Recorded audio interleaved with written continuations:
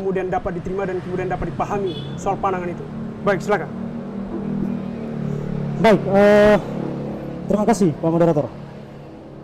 Ya, ketika berangkat dari ungkapan Darwin, dia akan mengatakan sesuatu yang kuat itu, sesuatu yang bertahan itu, bukan sesuatu yang kuat, tapi sesuatu yang mampu adaptif.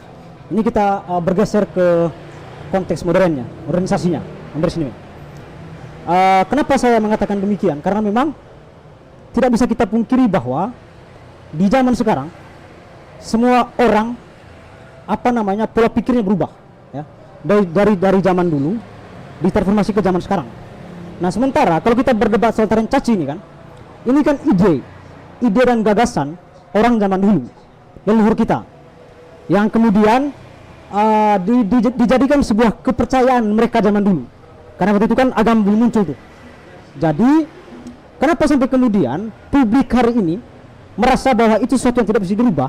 Karena orang zaman dulu meyakini sebagai sebuah kepercayaan, sebagai iman, ajaran itu.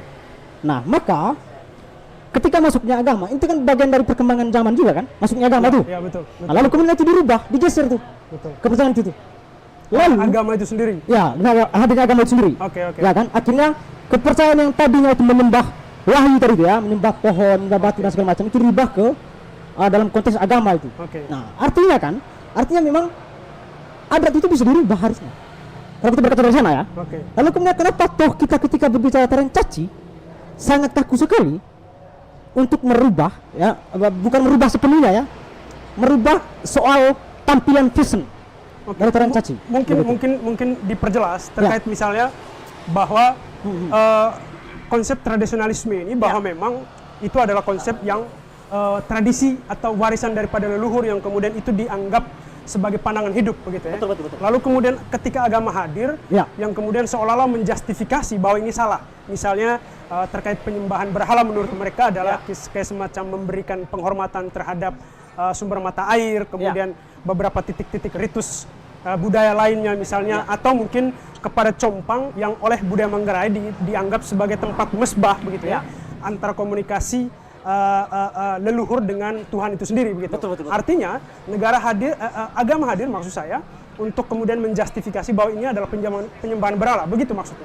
Betul sekali. Kan itu yang terjadi kan di publik hari ini. Begitu. Nah, akhirnya kan pada hari ini orang kemudian bergeser. Ya kan? Bahwa kemudian setelah itu ada argumentasi baru dari agama, dari konteks agama. Mereka mengatakan bahwa kita tetap menyembah tapi tidak menjadikan sebagai itu iman, begitu.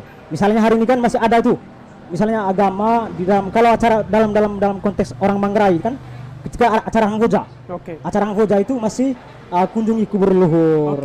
Itu kan tradisi yang kemudian. Tapi kan yang menjadi substansi imannya adalah agama itu sendiri. Begitu. Jadi saya rasa memang ini bukan Aristoteles itu bukan sebuah keyakinan yang tidak bisa dirubah. Tapi poin saya adalah kalau memang kita mau mengatakan ini erat kaitannya dengan era postmodernisme sudah. Bisa arahnya ke sana. Nah, tapi kita coba berangkat dari masuk kepada era modern. Era modern dulu. Nah, sekarang kita masuk ke era modern. Nah, hari ini kan publik digegerkan dengan perkembangan media sosial ya. Hadirnya pola pikir yang baru yang kemudian mendefinisikan sesuatu tidak harus terikat dengan ide atau gagasan lama itu. Bahkan dia radikal mau mengubah itu, kan gitu tuh. Bagi saya ini memang perkembangan zaman dan juga perkembangan pola pikir beriringan dia. Nah, makanya tadi kan Charles Darwin bilang sesuatu yang bertahan lama itu bukan sesuatu yang kuat, bukan sesuatu yang dia diyakini tidak bisa dirubah, bukan. Artinya Bung Yarno menentang terhadap konsep kebenaran mutlak begitu? Tidak, ya betul. Saya menentang itu. Saya menentang dengan adanya kebenaran mutlak. Dalam konteks tradisionalisme atau dalam konteks budaya terutama Manggarai? Semua hal. Semua hal. Tapi hari ini kan kita concern bicara soal tradisionalisme. Artinya saya membantah kebenaran mutlak soal tradisi itu. Bahwa ada orang yang menganggap bahwa itu adalah sesuatu yang sangat fundamental, melekat pada pribadi orang Manggarai. Tapi kan poinnya adalah tarian caci ini kan tidak hanya diamini oleh satu orang saja. Betul. Tapi diamini oleh banyak orang. Betul.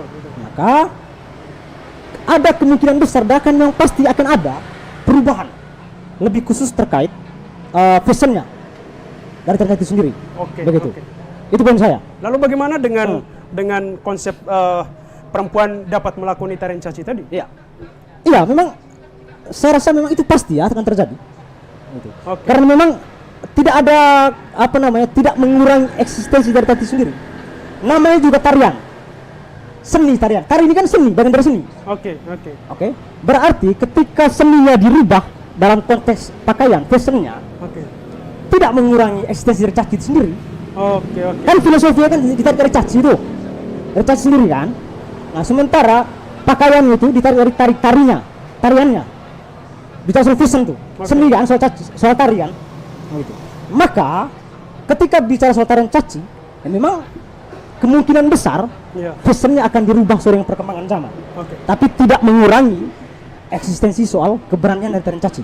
Menurut Bung Genso tadi kan bahwa memang ide yang kemudian dilahirkan oleh Bung Yarno ini adalah naif, bahkan lebih daripada itu begitu. Betul. Artinya ini adalah imajinatif yang liar, lompatannya terlalu jauh.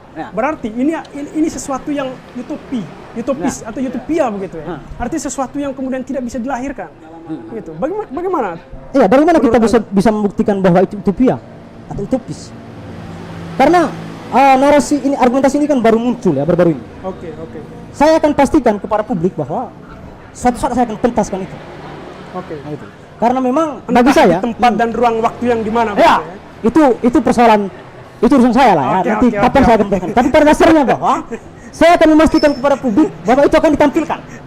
Gitu. Karena bagi saya tadi kan nyambung sampai apa yang disampaikan oleh Bung Tino kan, dia bilang bahwa ketika yang tampil perempuan maka telanjang.